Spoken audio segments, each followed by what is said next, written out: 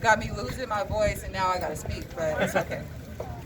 Just a little bit of background about the Black Alliance for Peace. We're a network of anti-imperialist organizations who are committed to rebuilding the anti-war positions of the Black radical tradition. I think it's incredibly important that we are out here today on International Workers' Day, not only because our brother Anthony Alvarez was a worker, but also because we can't talk about police violence or police abolition without talking about the class which the system of policing serves and protects. We can't talk about police violence without talking about capitalism, without talking about imperialism, or without talking about colonialism, because the victims of these tools of oppression are not the ones being protected and served. That's right. Anthony Alvarez certainly wasn't. Adam Toledo certainly wasn't. Ma'Khia Bryant certainly wasn't. Just yesterday, I actually learned from my comrade that the phrase serve and protect was stolen from the Black Panther Party. And it's just like, these motherfuckers colonize everything. And it makes sense because I've never seen the phrase in action from these pigs. Who's been serving and protecting us through this pandemic? Who's been making sure that our family and friends who lost their jobs have food and shelter? Who's been putting together mutual aid projects, transformative justice work? Who in the hell are they serving and protecting with armored vehicles that are meant to drive over explosives, with assault rifles, with grenade launchers? And this is part of the reasons why I say that you can't be an abolitionist without being anti-imperialist. This country spends so much money on the military that they literally have to find ways to get rid of the excess weapons, which is where the 1033 program comes in. The 1033 program is a program that transfers excess military equipment to local law enforcement agencies.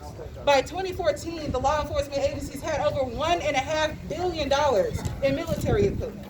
Now, we can barely keep track of the numbers because this program has no oversight whatsoever. Police departments aren't keeping track of what they do with this equipment. And this is the same equipment that we saw during the Ferguson protests. We saw it during the Baltimore protests. And it was the same equipment used in Breonna Taylor's murder.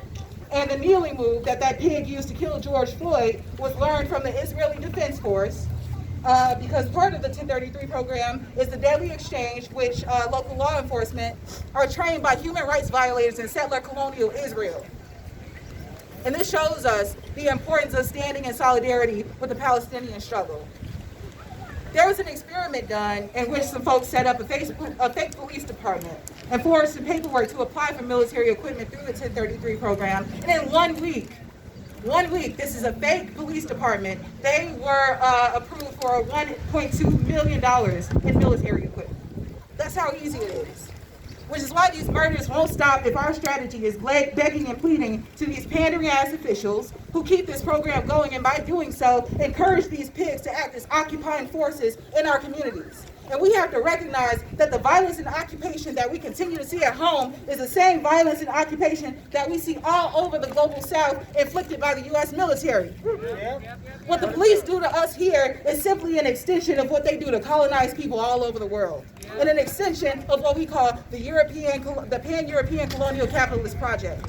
Not only do our tax dollars go toward this militarization, but the defense industry profits from the police being militarized. The defense industry spends millions to lobby for police to have budgets for these kinds of programs, because police departments can spend their own money on this equipment with the same discounts as the military, and to secure their place in the lucrative homeland security market. These pigs literally get federal grants to terrorize our communities, and all they have to do is pay for shipping and handling. Shut it down. In 2014, a congressman proposed an amendment which would limit the kind of weapons that could be used for the 1033 program. Now, of course, the large majority of the House voted no, but not so interestingly, those who voted no got almost double the campaign funds compared to those who voted yes. These people don't give a single fuck about us. The very existence of the 1033 program should make it evident that militarized police violence against working class people is bipartisan, and that there is no amount of diversity training, body cameras, cosmetic alterations to policing, or increased prosecution that will change our reality, because getting rid of one Derek Chauvinist, yes, I said chauvinist, does nothing about the 5,000 others in training. And we know that verdict was nothing more than pacification. Yes, it was. That's why it's important for us to support initiatives that are for and by the people, like the work that the Chicago Alliance Against Racial and Political Repression is doing, fighting for us to be able to police our own communities.